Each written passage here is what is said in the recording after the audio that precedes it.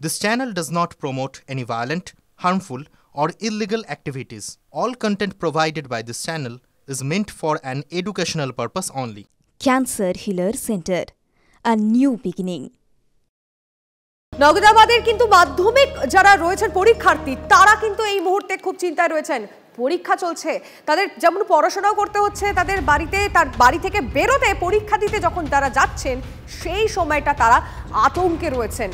জীবনের প্রথম বড় পরীক্ষা, পড়াশোনার জন্য একটা চিন্তা রয়েছে। শুধু এই এক চিন্তা নিয়ে কিন্তু নগদাবাদের পড়ুয়ারা তারা চিন্তায় নেই, তাদের চিন্তা আরও একটা, সেটা হচ্ছে বাঘ।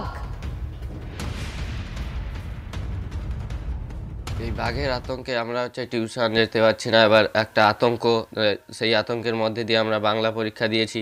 এবার রাস্তায় যে যাতায়াতে অসুবিধা হচ্ছে, বাঘের কোথাও আতঙ্ক। এবার আমরা সেই জঙ্গলের পাশ থেকে যাই, বাউন্ডারির উপর থেকে। এবার আমাদের স্কুল পড়েছে অম্বিকানগর হরিপ্রিয়া স্কুলে, সেটাও একটা জঙ্গলের পুরো পাশে স্কুলটা। এবার ওই বাউন্ডারির উপর দিয়ে যেতে গেলে আমাদের তো একটা আতঙ্ক পড়ে। আমার বাড়ির পাশে জঙ্গল, এবার আমাদের স্কুলে যেতে হয় সেই রাস্তা থেকে। রাস্তায় গাংধার থেকে আমরা যেতে হয়, খুব ভয়ে যাই আমরা, কখন চলে আসবে ঠিক নেই। আর যখন ঝোপের ভিতরে লুকিয়ে থাকে আমরা তো জানবো না চলে যাবো, তখন কি হবে আমাদের।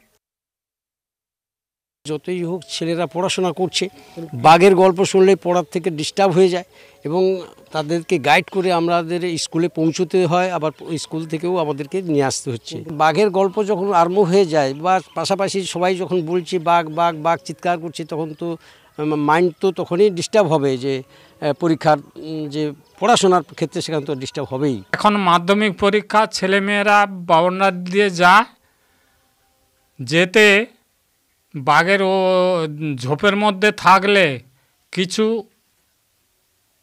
দেখতে পাওয়া যায় না, আর যখন তখন অ্যাক্সিডেন্ট হতে পারে।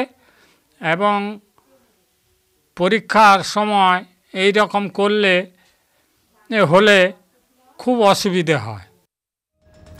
কিন্তু আপাতত স্বস্তি, বাঘ ধরা পড়েছে।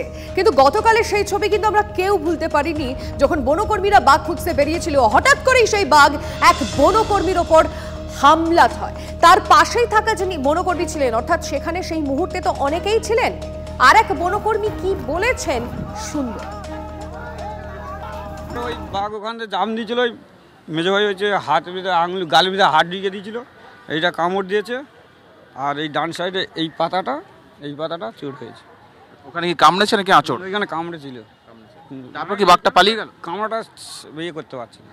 কতক্ষণ ধরে রেখেছিল? হ্যাঁ, বেশিক্ষণ লাগে না, ওই এমনি গালে হাত ঢুকে দেয় আর হাত দিয়ে আমাদের পাইলে ছুটে পাইলেছে। আবার গ্রামের মানুষকে বাঁচাতে গিয়ে ক্ষতি, মানে আপনার ভাই মানুষকে বাঁচাতে গিয়ে জখম হয়েছে।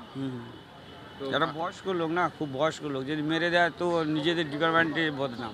ওনার তো প্রাণও যেতে পারতো। হ্যাঁ, প্রাণও যেতে পারতো, তো প্রাণটা যা যেত, ও বুদ্ধিমানী কাজ করেছিল বলে নিতে পারছে না, মুখে হাত ঢুকে দেওয়া। হুম।